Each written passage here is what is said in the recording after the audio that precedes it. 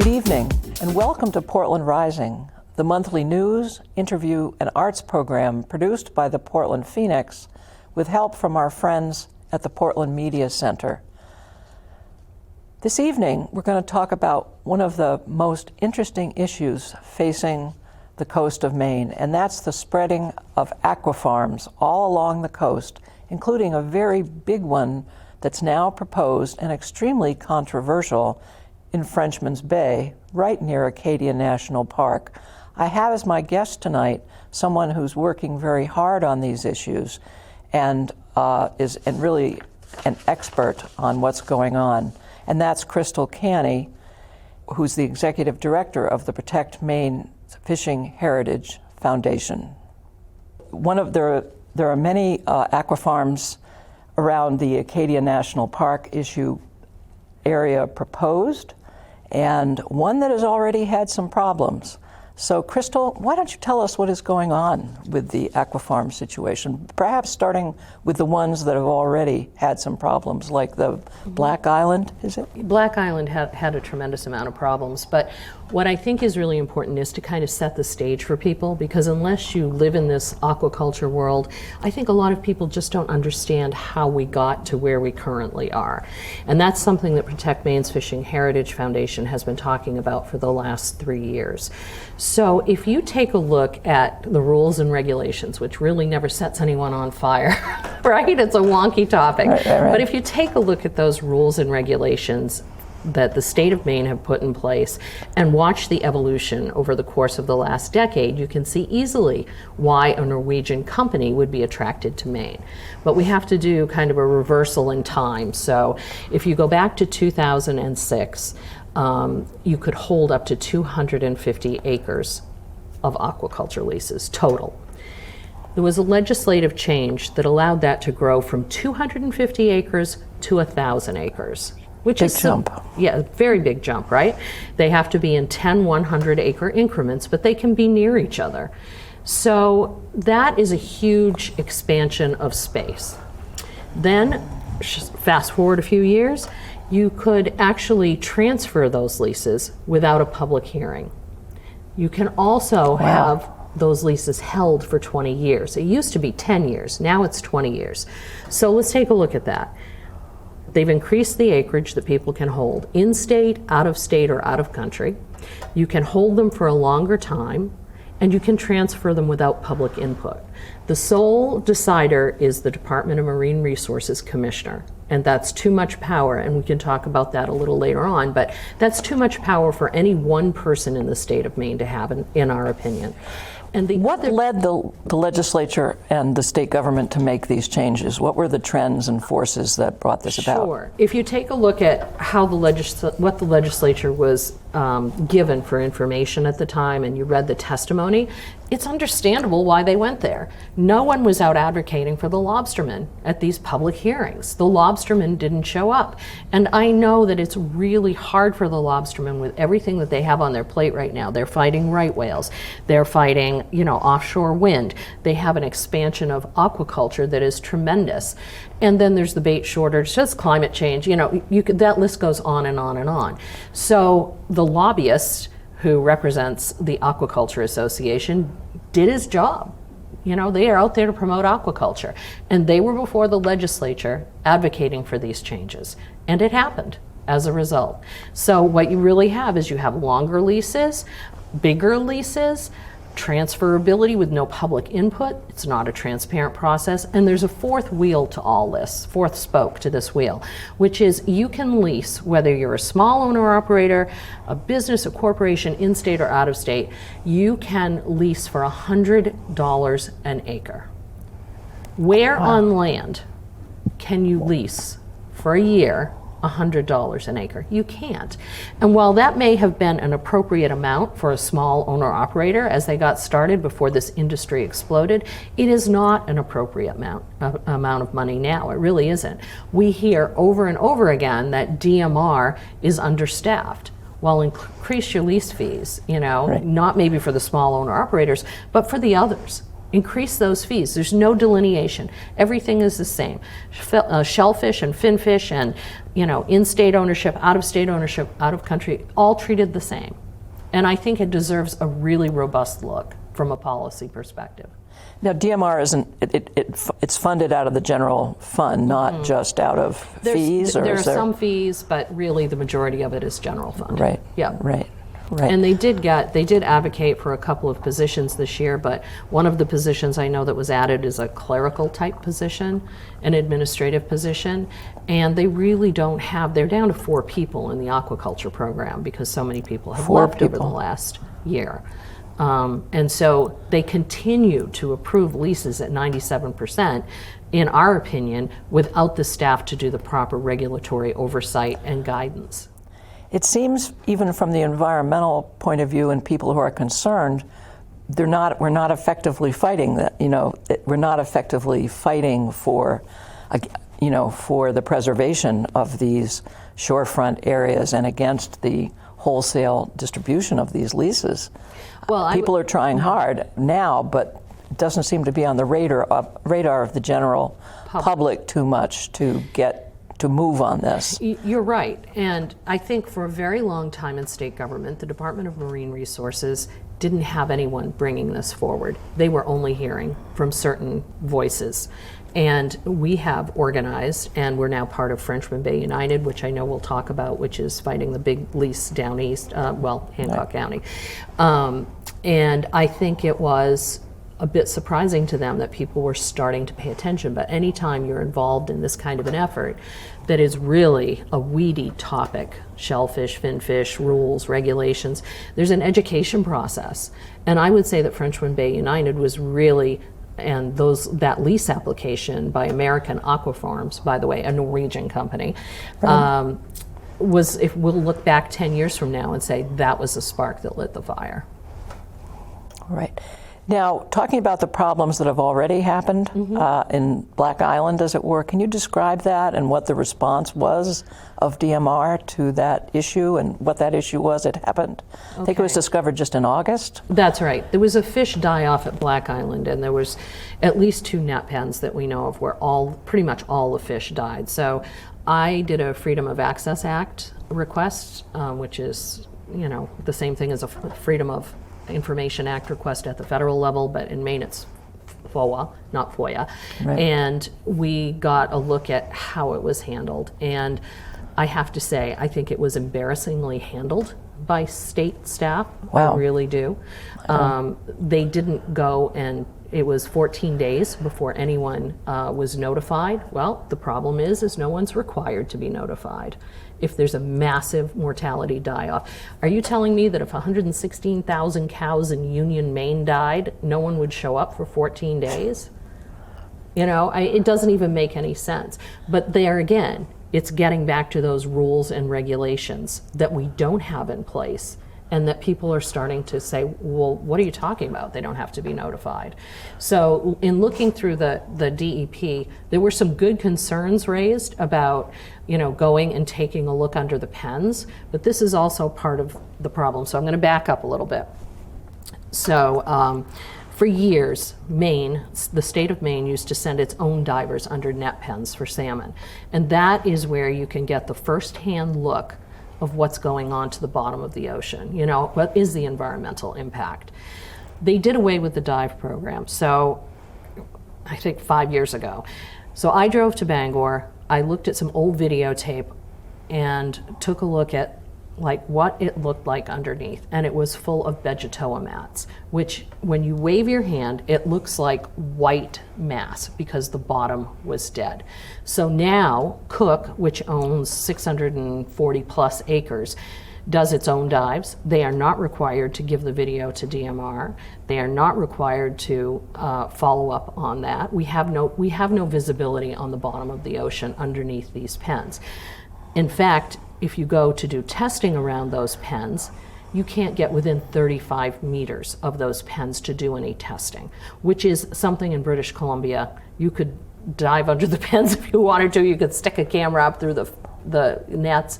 And some of the video that I've seen from British Columbia shows fish that are deformed, that you just frankly wouldn't want to eat. So Maine's rules and regulations really have put us where we are. Now you've seen American aquafarms come in, and it's irked the right people. So you think, are you optimistic that there will be some action, given the other big proposal that we're going to talk about? Do you see a groundswell of interest and activism around changing these rules that seem to be so lacking? There are a lot of small aquaculturists who don't trust that these rules, won't hurt them. And we are working very hard to support small owner-operator models. We do not want to see small owner-operator models of aquaculture put out of business in this state. But when you start getting up into even with the shellfish, into the 200, 300 acres, you start to affect the bottom. And we primarily represent lobstermen, but you start taking up more of the bottom.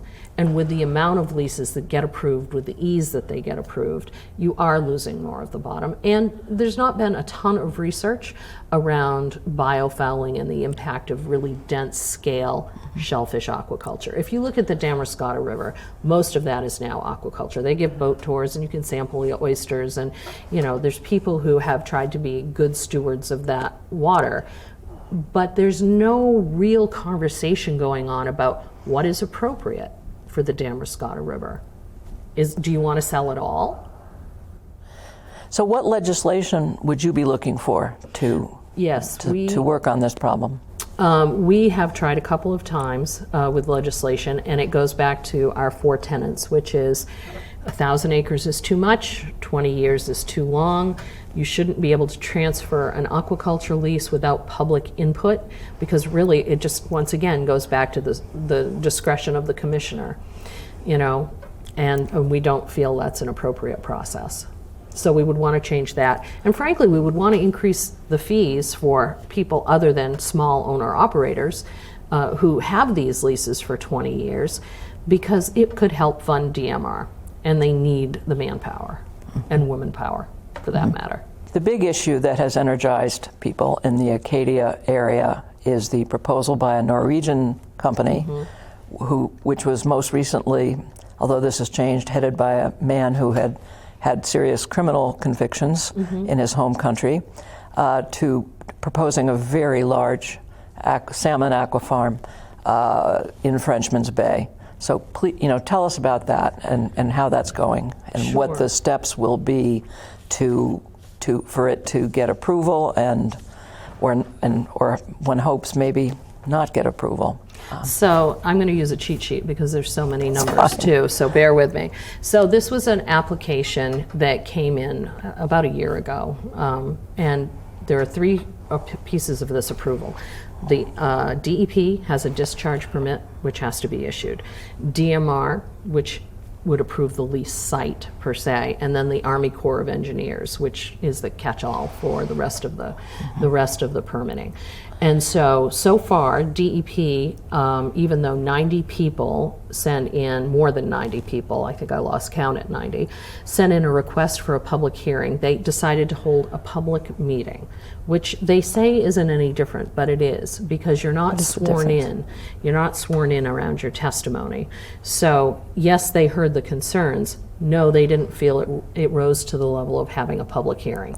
So I think that's, once again, what does it matter? Just swear people in? Let's do it. They got 90 letters or more from people who wanted a public hearing, and it was denied. And that's strictly the discretion of the commissioner? That is, I believe so, yes. So that would be, Melanie Losey who made that decision. And the application is still pending with DMR, so there's been no scheduled hearing. The application is not complete. It's there. There are some issues around the source of the fish to go into the water. The first Aqua Bounty was the first source that was cited, and DMR did push back on that, thankfully. They have some, as I understand it, genetically modified fish smolts, and you would hate to see that kind of escape into our wild population. So I want to go back to that a little bit. Some of the fish from Black Island, which are farm-raised salmon, have started showing up in the waterways. They've been in the traps. Brookfield is required to report, and we've seen some of those fish. Not all of them died, apparently. There must have been more than 116,000. But you really want to be careful what you put in Maine water. And apparently the fish that died were then buried in a landfill in Tremont? That is correct. Right in the middle of Mount Desert Island? Mm-hmm. Wow. But back to the proposal for the Frenchman's Bay. Right. So what we're looking at for the proposal is 2 60-acre leases at the foot of Acadia National Park.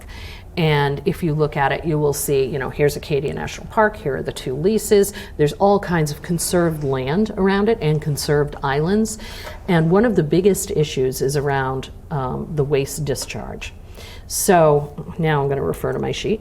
There's 4.1 billion gallons of untreated waste, which is 3 times all of Manhattan's treated waste that would go back into the ocean. So how does this work? Because people will hear this is a closed pen system. Well, no, actually it's semi-closed, so it's not a closed system. Cook has their open net pen system, so everything just falls through the net. So there's a net that contains the fish, and then there's the plastic thing that goes around the net, right? So it's like a big diaper, is the way I look at it. And so what they say is that, the diaper traps the waste, and then they're going to take it offshore. What they don't talk about is they squeeze that waste out. They squeeze the water from the waste, so it becomes a hard, solid product to take on shore. And then they add, let me get the exact number here, they add 2.3 million gallons of seawater, 190,000 gallons of seawater back into that, and then they discharge it into the ocean because that meets DEP's requirement. So yes, you have untreated effluent, really, except that you're adding seawater to dilute it. The real problem comes in when you hear them talk about how it's going to flush out in the bay and the tides are going to take care of it. And the modeling that Frenchman's Bay United has done demonstrates that it really doesn't flush out of the bay. While that bay is deep, it is not flushing well. And so it bounces off the islands and it comes back in and it builds up. And it bounces off the islands and it comes back in and builds up. And we can share a model with you for that so that you can see it. So it's, I feel that American Aqua Farms has been disingenuous in terms of what they do. There's a lot of untreated waste. Right. And that's bad for the environment. Right. Well, there have been fortunately, there are a lot of people involved in apparently now working on this issue. And specifically, it did seem, and we alluded to this a bit, that the supervision that goes on between DEP and DMR back to the Cook Island thing wasn't they're not enforcing, there seems to be a reluctance to enforce the rules that exist, or a lack of clarity about what their powers are and how to enforce when a problem does occur. Right. No, which seems to be very troubling. I mean, this, like so many things in state government, this just seems to be an awfully big thing to get your hands around and really make some changes to, so that if we're going to have aqua farms, that they're managed correctly. Mm-hmm. And here's what's disappointing about state government on this level only, and I say this having worked for Governor Baldacci and then worked in the federal government for Senator King. In state government, you really have to have departments. We used to have cabinet meetings once a week, and everybody, and I'm sure they still do that, it's not brain surgery, but departments were talking to each other, and it clearly looks like from an outsider's perspective at this point that DEP and DMR don't really talk to each other that much, and that if they did, people would certainly be better informed, and we might be making better policy decisions as a result. But it's that whole piece around having a statewide conversation, which has been something we've called for. But when we, as Protect Maine's Fishing Heritage Foundation and Frenchman's Bay United have said, we've just been saying it longer, we need to have a statewide conversation about planning for our coast so that we are not attracting large-scale industrial aquaculture that has the potential to ruin our environment, to kill our tourism industry. People come here. Look at how many visitors at Acadia, millions every year. Why do they come? It's the scenic vistas, it's the natural beauty. And so now, if this lease goes through, you're going to have generators and barges and fish feed that's being trucked in and out. I mean, American Aquafarms puts up a nice little picture with pens. This is what it looks like. What they don't add is what it really looks like when it's working, which is generators and barges and ships and boats in and out all the time. And it's a very different picture when you start looking at the industrial nature of that scale. So, as an example, they want to grow 66 million pounds of fish.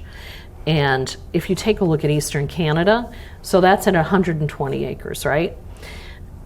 In Eastern Canada, they grow 133 million fish at 216 sites. So that's a significant difference. We're talking 2 sites, and we're talking half of all of what Canada produces. And I think, when you look at this, Maine has set itself up for this for the entire coastline. I mean, Cook aquaculture has really been under the radar. It's way down east, Jonesport, Beals, wonderful, beautiful area. But Protect Maine held a rulemaking petition hearing 2 years ago, and there were lobstermen who were sworn in who testified at that hearing that they had been catching dead lobsters around the pens. This was in front of DMR. No follow-up, no questions, not acceptable. That's not how you protect a coastline. So, since our goal here is to talk about general challenges to Yes. the fishermen and initially and to the fishing industries, how do you see these aquafarms are going to have a tremendous effect going forward on the lobstermen, on the fishermen, and on just wide-ranging? I agree. I was on a call yesterday, and one of the things that was pointed out by a small aquaculturist who's very concerned about these pens going into the area in Frenchman Bay is that, this has been historically very good grounds for the nursery for shrimp and lobster because of the deep water. So what we're doing, effectively, is putting pollution in an area where there's a wild fishery, right? And then saying, well, we need more aquaculture to feed the world while you're killing off your wild fishery, potentially killing off the wild fishery. It makes no sense. It makes no sense. Small business owner-operator model absolutely works for Maine as long as it's sited appropriately, the scale doesn't go crazy, and I just really feel that people need to sit up and take a look at what's going on along their coastline before we lose it. Are there, on the smaller, because I don't know about this, how many of the smaller appropriately sized aquafarms? Well, I can't give you an exact I mean, number roughly, because they change every day. Right. But we're talking about hundreds, so I would say that. And they're mostly under 5 acres, which is good. We're big advocates for 10 acres and under. We feel that it doesn't, that it doesn't impact the environment if it's sited properly. I hate to give that a blanket statement because you can't say, is it in rich lobstering grounds? That's part of the process. Lobstermen have told me over and over again that they've gone to the aquaculture meetings, they will stand up, they will say, I fish here, and DMR approves the lease anyway. And I have been to some of those hearings and have watched them say that. Now, will any of these proposed changes come up in this second session of the present legislature, or are we waiting another year for some new work on this issue to change the rules, or is it an administrative problem mostly? We will continue to try and get DMR to listen to this statewide conversation piece and go from there and see what the landscape looks like. Yeah. Just a few last questions. This has been a great conversation. We could probably keep talking for a while. I'm curious, what exactly does the Protect, I won't even try to say it, but what because I'll get it wrong. Tell me more about your group and what it's doing. Are there other issues you're involved in? Sure. I want to say first that Frenchman's Bay United is the primary lead on this project with American Aquafarms. But it is a coalition of Protect Maine's Fishing Heritage Foundation, Save the Bay, Friends of Frenchman's Bay, Friends of Eastern Bay, and Friends of Scudic Peninsula. These are all concerned groups, and you just saw in Gouldsboro probably that basically, the town voted a moratorium on aquaculture leases.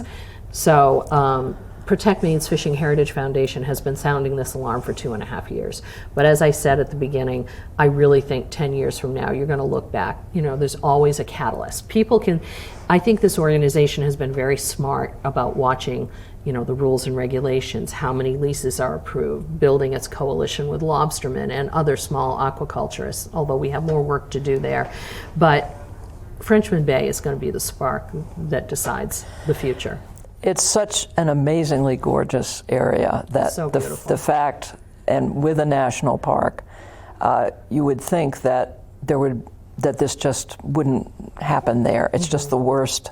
I mean, I haven't learned everything about this issue, but it seems like you couldn't pick a worse place for a large scale salmon aquafarm with this kind of potential damage.